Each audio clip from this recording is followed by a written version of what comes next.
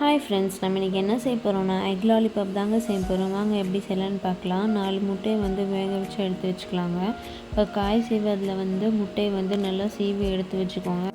இதை ஒரு பவுலுக்கு ட்ரான்ஸ்ஃபர் பண்ணிவிட்டு பொடியாக நறுக்குன ஒரு பெரிய வெங்காயம், கொஞ்சோண்டு மல்லித்தழை, 2 பச்சை மிளகா, 2 ஸ்பூன் மைதா, 1 ஸ்பூன் உப்பு, 1 ஸ்பூன் மிளகாத்தூள், 1 ஸ்பூன் மட்டன் மசாலா ஆட் பண்ணிவிட்டு நல்லா மிக்ஸ் பண்ணிக்கலாங்க.